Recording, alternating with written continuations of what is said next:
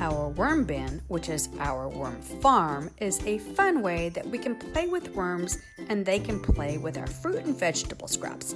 It's called vermicompost. Vermicompost is the product of decomposition using worms. Hey, there's that word again, decomposing. The worm's home is another way of turning food scraps into superior compost for our garden. The worms need 4 things for their habitat. Need a space, which is their home, shelter, food, and water. A space is a container like South O's or the small one like many of us have at our own homes. Shelter is a covered or shady area. A little morning sun is okay, but they like it dark and cool. Food is kitchen and cafeteria scraps. This is their cafe. Let's talk about what can be on their menu. Worms like vegetables and fruit scraps. Coffee and tea grounds and torn up newspaper. They can't have meat or potato chips. They don't like peppers, onions, or garlic. They eat half their body weight every day. Worms are made up of 90% water. Worms breathe through their skins. That's why we only touch them with wet hands. Moisture is key. That's why we give them a little blanket of damp newspapers or banana leaves after we feed them. The water helps make worm tea, which is like worm pee.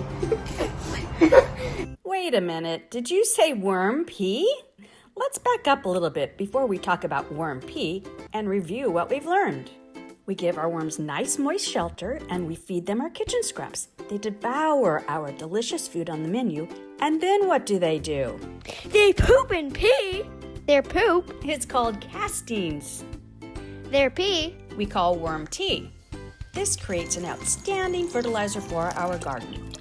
We've just learned the process of how to make this fabulous fertilizer. Now I'm going to show you a few ways to produce this great worm pee and poo. for your school and home gardens. Let's take a look at the vermicompost bin at South O. At South O's bin, this is where the worms are tucked in under their blanket and eating those food scraps. This is ready, but a little sifting will make it look like this awesome fertilizer that is ready to be used. Their pee This is where the worm tea, worm pee comes out of South O's vermicompost bin. A tray vermicomposter. This is an example where we feed worms on the lower tray, then when that fills up with fertilizer, poop, we put in a new tray above them with food. The worms climb up to the new food tray, and then we use the fertilizer, poop. poop and pee. Hey, aren't worms amazing? Next time you work hard in your garden, think about the worms. They work hard too. Let's end our vermicompost lesson with some fun facts from someone who knows a lot about worms. Worms have no arms, legs, or eyes. If an earthworm is cut in half accidentally, it will not become 2 worms. Worms have 5 holes. Our school's worm bin is 7 years old and made down the road in Encinitas. It's really cool. While we were away, the worms kept working away at eating all those scraps.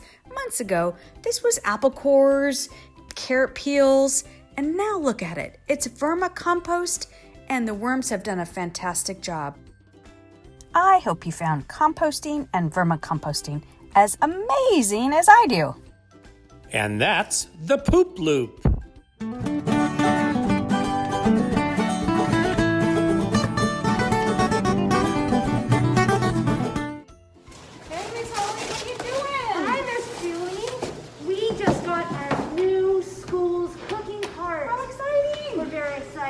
Hey, I've got some food scraps for your worms. Oh, you know what this is going to turn into? Pee and poop. You mean castings and tea? Yeah, a little bit of both. This week's video, we are going to talk about taste and flavor. Yum. And how our brain helps us receive the messages from our body. Sounds good. And then we're going to learn how to make a homemade salad dressing and how we can affect the flavor of it. I made one yesterday. Wonderful. I bet it was so good. It was.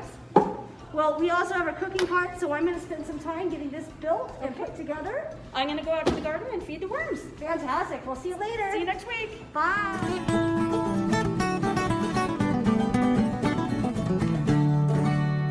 And that's the Poop Loop.